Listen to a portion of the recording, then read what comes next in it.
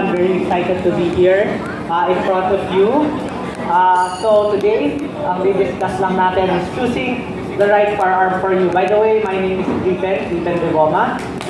I'm also known as Guns Pinoy sa social media. So if sa mga hindi pa nakaka-follow, I would really appreciate kung mag-follow tayo if you like guns or anything under the sun related to gun killing in the Philippines. We create content for that.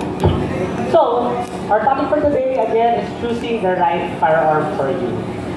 This topic very close to my heart because when I started Guns Pinoy,